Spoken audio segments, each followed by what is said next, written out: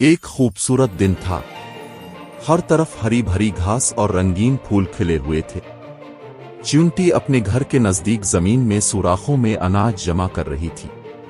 वो जानती थी कि सर्दियों में खुराक कम मिलेगी और उसने सख्त मेहनत करने का फैसला किया था। इसी दौरान च्यूंटी ने एक टिड्डे को देखा जो घास के एक तिनके पर बैठा खुशी से गाना गा रहा था और अपने नर्म हाथों से बांसुरी बजा रहा था।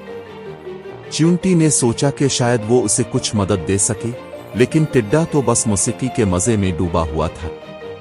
टिड्डे भाई, तुम मेरे साथ कुछ खाना जमा कर लो ताकि सर्दियों में हमें कोई परेशानी ना हो, च्यूंटी ने अदब से कहा।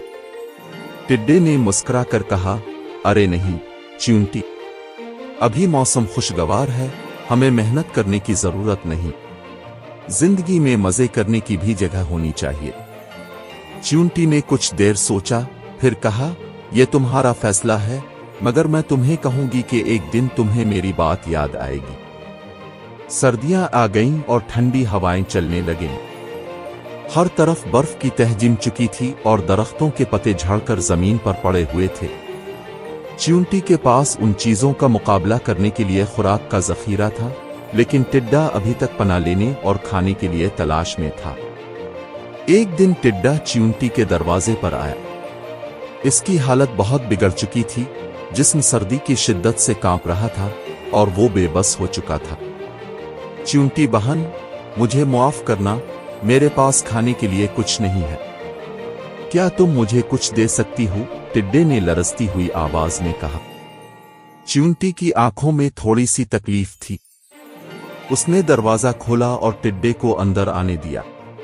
मैं तुम्हें खुराक दूंगी, मगर तुम वादा करो कि अगले मौसम में तुम मेहनत करोगे। च्यूंटी ने टिड्डे को अपने गर्म घर में बिठाया और उसे खाना दिया। टिड्डा बहुत शर्मिंदा था। उसने वादा किया, आइंदा मैं तुम्हारी तरह मेहनत करूंगा और कभी तुम्हें मुश्किलात का सामना नहीं होने दूंगा। च्यूंटी ने मुस्कुरा कर कहा, यही बात तुम्हें अभी समझनी थी, लेकिन बेहतर लेट देन नेवर। अब आराम करो, तुम्हारा शुक्रगुजार हूं। इसके बाद टिड्डा ने फैसला किया कि वो हमेशा मेहनत करेगा और दूसरों की मदद करेगा। मौसम बहार आया और जमीन पर सब्जा फिर से अलिफाग आया। च्यूंटी और टिड्डा एक साथ खुराक जमा करने निकले। टिड्डा अब रोजाना सख्त मेहनत करता और च्यूंटी के साथ साथ काम करता।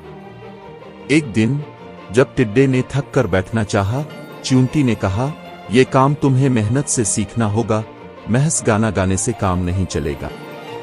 टिड्डे ने कहा, तुमने सच कहा, अब मैं जान चुका हूं कि मेहनत के बगैर कुछ हासिल नहीं होता।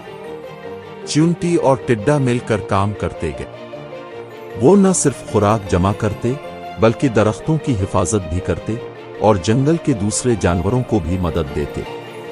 एक दिन जब दोनों एक दूसरे के साथ काम कर रहे थे, टिड्डे ने कहा, अब मैं जानता हूं कि जिंदगी में खुशी और मेहनत दोनों का तवाजुन होना जरूरी है। च्यूंटी ने कहा, सही, अगर हम मेहनत करेंगे तो हमें खुशी भी मिलेगी।